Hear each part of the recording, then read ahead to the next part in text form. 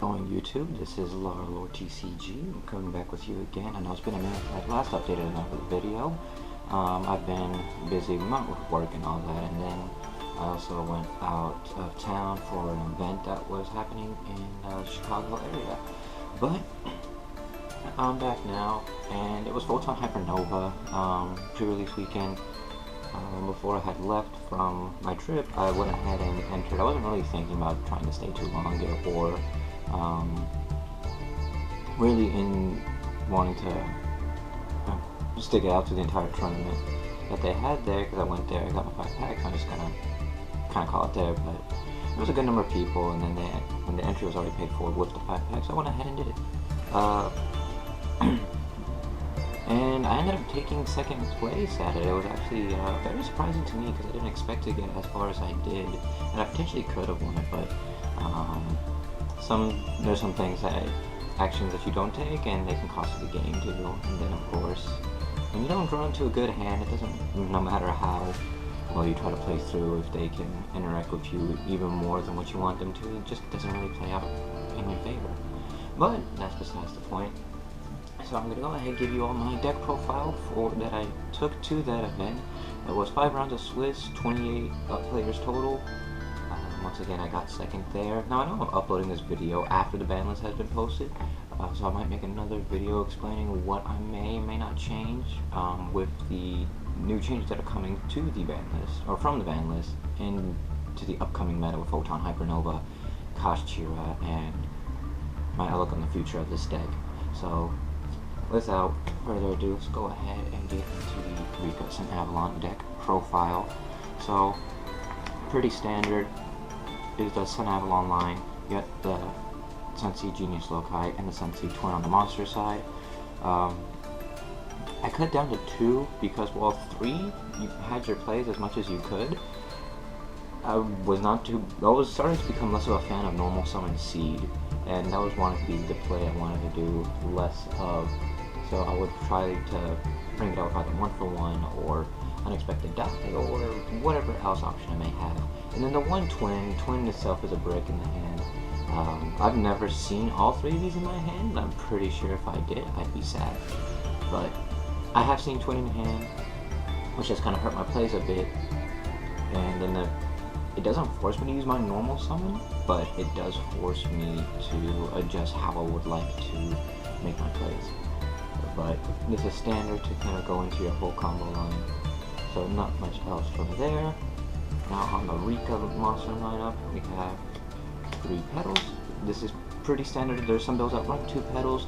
Either way is fine. I like being able to see 3 because that still gives me options of where I can go. And seeing her in my hand, she isn't necessarily a brick herself. Normal summon her, get a Rikka to hand, and if she were to be negated or something, I'm not entirely at a loss because I still can link her off. But if it is my only normal summon, then I have to have some kind of play to continue. Otherwise, I'm going to not be in a very good position in attempting anything.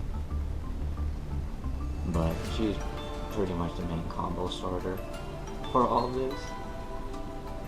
Next up, we have 2 Princess. You can 2 or 3 is fine depending on how you feel or what your locals looks like.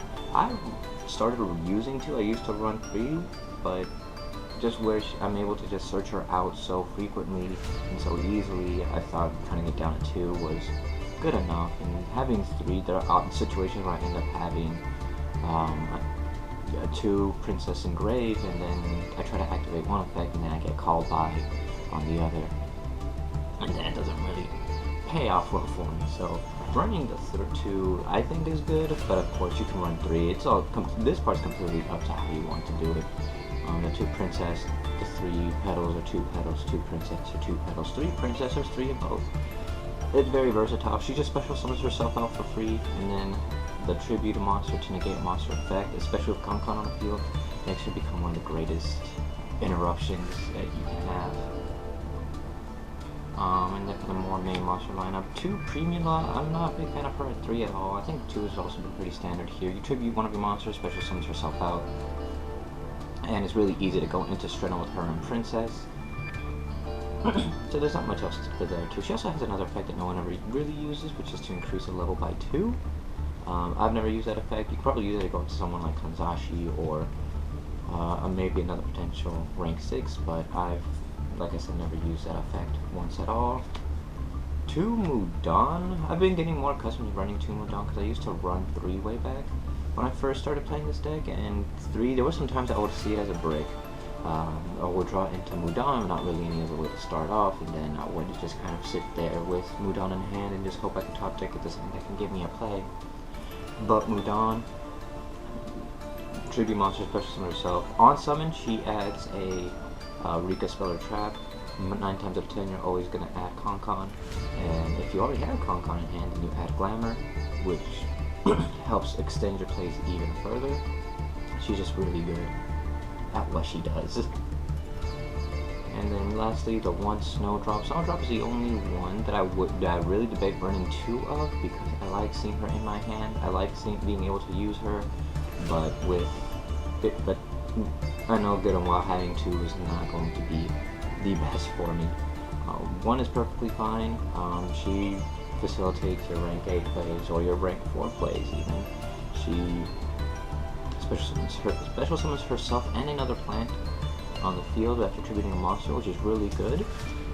Then that easily gets you into your rank 8 play, or that can get you into your combo line.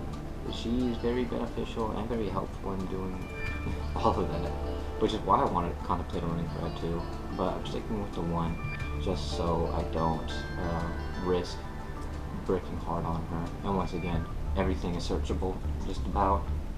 Now for the more generic plants, I have Cactus Bouncer and Lone Fire Blossom. Lone Fire Blossom, not the best normal summon. I don't like normal summon Lone Fire because it's essentially, this is all I have. It's telling my opponent that it's all I have and I can't really do much with it. But it does extend you into another play if you so desire. And then Cactus Bouncer is just a floodgate. If you have another plant, then then your known player can special summon monsters. So if you're going first, you summon, you do your play, and then you normal summon Cactus Bouncer. Or even if you're going second and you normal summon Cactus Bouncer, you can just prevent your opponent from trying to play on your turn or trying to do what have they until they can out Cactus Bouncer. But the only thing I don't like about Cactus Bouncer was it not being able to be special summon, which kind of slows it down and then forces you to use your normal summon on it. And then another issue that I have with Cactus Bouncer was whenever I would summon it, I would never be able to, it wouldn't be able to stick to the board, or I would just have it in my hand, but I wouldn't want to risk my normal summon on this because I need to make my plays, I need to extend further, and just having normal summon Cactus Bouncer pass is not it. And then, I'm running, for the last bit of the monster lineup, 3 Ash Blossom. I was hesitant on running hand traps, to be honest. I'm not really a big fan of them. The 3 Ash Blossoms, however, have been very useful for me. In the Branded matchup, you hit Brand Fusion. In Tier matchup, you can hit Kid or Rhino Heart. Depends. Or even Kelbeck or what's it called? Agido. That's the other one. You can hit either one of them, and it prevents them from milling your stuff. So it just makes the plays a lot easier to deal with. Sometimes, then there are other times you can just kind of sit there, hold on to it, trying to expect a specific play, and then end up not seeing that play, and then you lost the game because of that. That's what happened to me. Why I got second was because I was focused on playing against heroes. I was focused against on either Fusion Destiny or the one that searches mass change. I was too focused on those that I let everything else slide, and Stratos going to pass by kind of took me out, unfortunately. But now we're going to the spells here to finish off the Sunavalon lineup with the main monster lineup, main card lineup. We had 2 Sunbind Sowing. I've seen people run 1. I'm not a big fan of 1. I like seeing 2 because it allows me to go into, or it's in my deck a little bit more. And if I see 1, I'm still able to search the other one. So if I can bait something out, then it's there. Gets you into twin and the rest of your whole combo line. And if you already have it in hand, then it's not necessarily too bad, but if you have both of them in hand is not good. But having one in hand is the reason why I've opted to play two, in case I draw into one. And then for starting on the Rikka spells and traps, you got your 3 Rikka Glamour, your standard Rhoda, tribute a monster, add 1 Rikka and a plant at the same level, search for Cactus Bouncer, search for Princess Primula, Seed and Petal.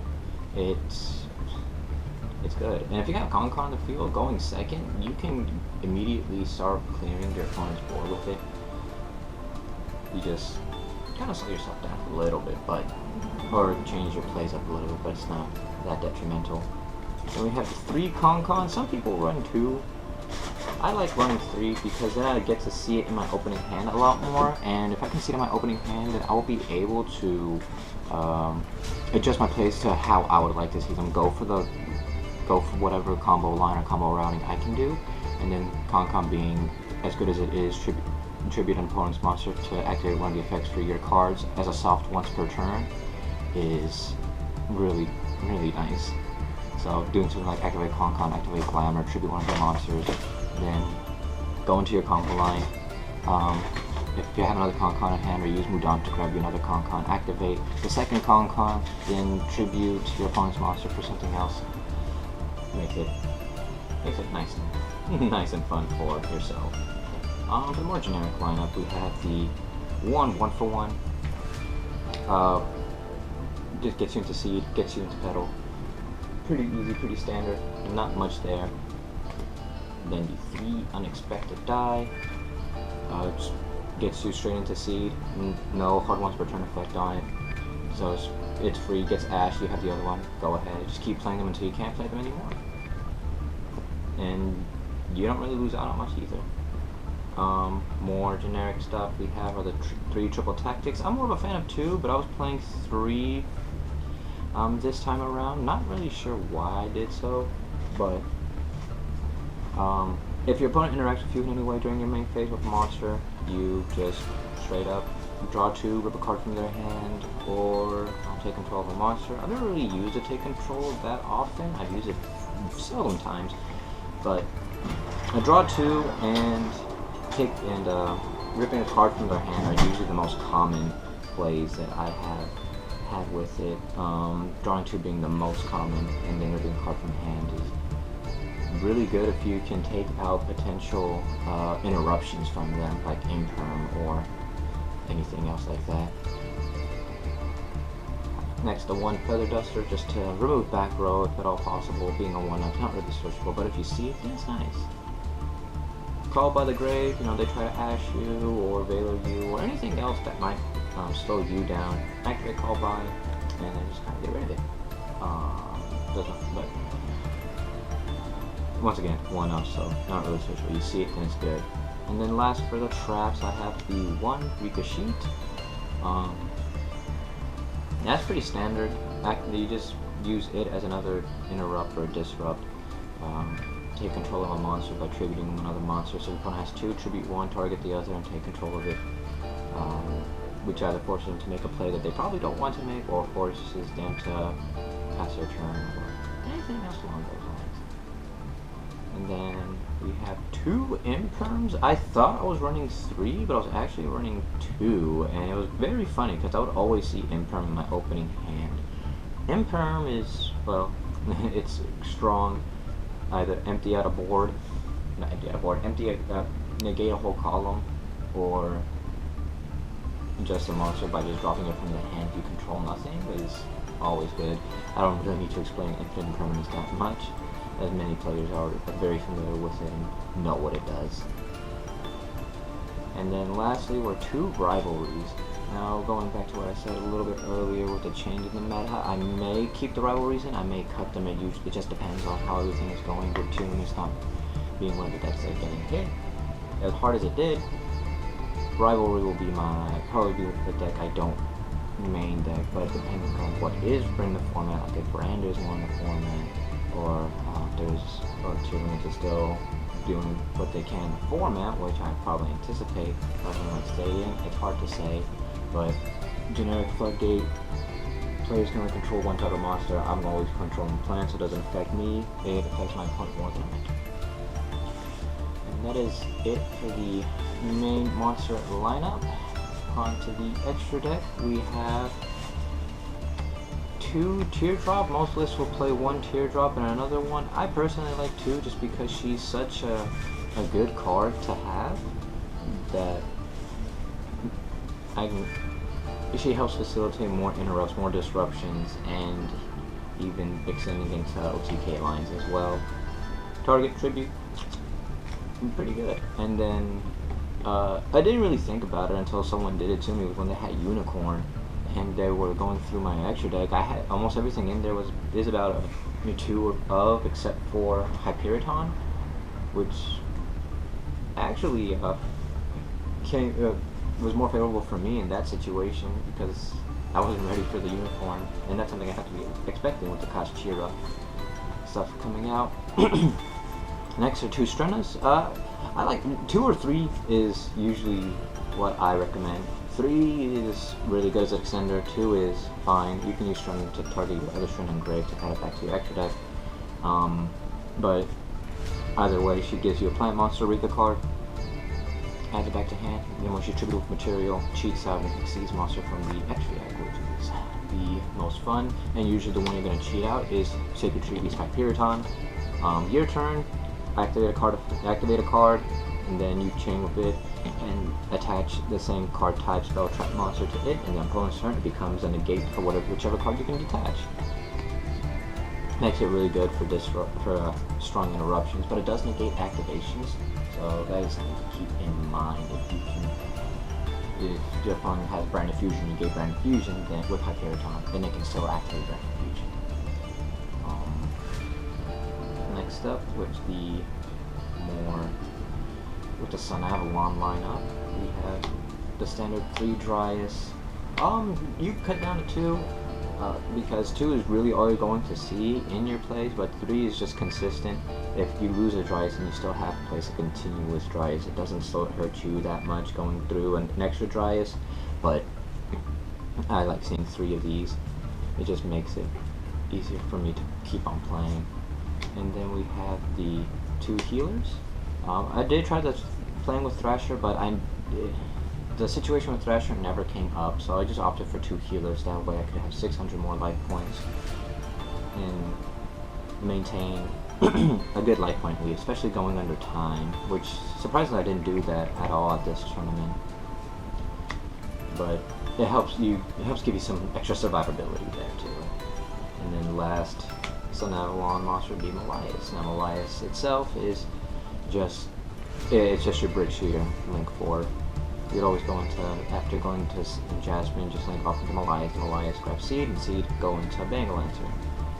It's usually with Melias where you would have that effect to potentially OTK with Thrasher, since Thrasher would be at gains 800 for each ring, so 2400, 3200, and then being able to attack being able to attack 3 times makes it a good OTK enabler, but I've never seen it, I've never been able to do it, nor have I effectively attempted to, and I just found that line too slow for my take, which if I don't run the Thrasher, I just opted for another healer. And then you have the one Dance Peony. Dance Peony is probably the only one I would say is very cuttable in the deck. You can, just because she doesn't do what Jasmine does, but she is a Hail Mary. I always summon her call 3, and if I see 2 plants, then I'm able to at least facilitate some kind of play. She does lock you out of Link Summoning, but she doesn't lock you out of Exceed, and she also level modulates on the monsters she points to, which helps getting those plays you want easier. So if you have your play stop, you're able to go into Dance Peony, and you get, say, Lone Fire and, I don't know, Twin, then, and you have a Princess engraved, you can use Dance Peony to make your levels 4, and still go into Strena, and Strena do whatever she needs to, and at least have a play available for you. But it is random, just because it's the top of the deck, so you're never guaranteed anything. That's the only thing to keep in mind with her. And then I'm playing 2 Jasmine. 2 Jasmine is good. It's an extra extension after turn 1, or after your initial play with her. Her effect to her life point gain effect is not a hard once per turn, which makes her play just keep going. I've never really seen the instance where that ult pops up though, just because I've always gone through my 2 healers. Then I don't really get to see the second Jasmine. But Jasmine being able to tribute still to Surge is still a strong play in itself, because even if she can't get the life point gain effect, you still have the other option for like another turn to tribute and especially summon another one regardless. And lastly, for the extra deck slot is Bangalancer. Bangalancer being able to bounce any monster at the cost of that monster's attack and damage. Yeah, I don't really have much else to say. And then it can also bring itself back by banishing Link monsters equal to its rating. Makes it really difficult to deal with, because you can essentially get rid of your Bangalancer if so needed, and then next turn bring it back and just continue playing and potentially OTK your opponent. This is one of my favorite things about Bangalancer. When somebody's throwing in the grave, Bangalancer is sticking around a lot more than what the opponent would possibly like. And then of course 2500, and then you can out things that would possibly be difficult for you, like Mirror Jade. You can bounce Mirror Jade back. Mirror Jade's effect will not properly went back to the extra deck, but of course you will take 3000, so it is something to keep in mind there. But here, coming into the new format, it will be interesting to see what comes up or what happens, because there's so much that's going to change, where Barrier Statue is now gone, tier limits are heavily hit, Sprite, Lost Elves. There is so much that is going to change, and I'm genuinely excited for it. I know Kashir is about to be the next big deck coming in, and that's going to be difficult, but they don't lock out monster zones, so they don't lock out field spell zones, so you are able to out Shangri Era if at all possible. Yes, and you're not completely at a disadvantage or at a loss based on what everything is happening. So I'll be tweaking the deck as I go, trying to figure out again what I want, how I want to go about it. So I will be testing the waters with the new format. I could show the side deck, but the side deck is not necessarily anything I am very liking as much, because I'll actually go ahead and show it to you. But with the side deck, I am playing 2 sphere modes, because just trying to break their boards, especially with Ishizu Tear. I never got to see it once though, but the thought was to just break boards if I couldn't do it by play through it. 3 Nibiru. For any other combo decks that weren't tier limits, I could at least try to Nibiru a board and slow them down or stop their play entirely. Coming to the new format, I feel Nibiru is going to be a lot stronger now. There's already something to keep in mind, so I might potentially go into cross-out Designator. 2 Cosmic Cyclones for some reason. I thought I had 3 in here. Now I don't know the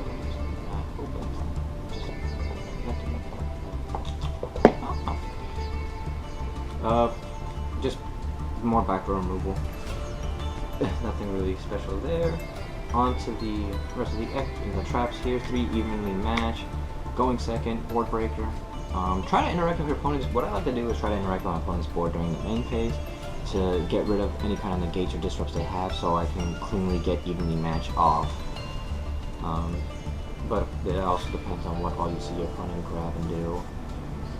2 Imperial Iron Walls is the part I'm not liking. I might go into Artifact Lancia in place for the Imperial Iron Wall, just where Iron Wall is a lot slower and it can be interacted with, whereas Lancia cannot be interacted with as much. Which probably would be the major change I'll do with that, is just get rid of these. 2 D-Barrier, because I don't know exactly how to optimize my ratios in the side deck. Call Fusion, Xyz, Synchro, it depends on what I'm facing. against Brandon, definitely calling Fusion Tear. Can call Fusion, but they still have more plays. And then if I face a Sword Soul, call Exceed. If I face Heroes, call Sword Soul, call Exceed, call Synchro. Face Heroes, call Fusions.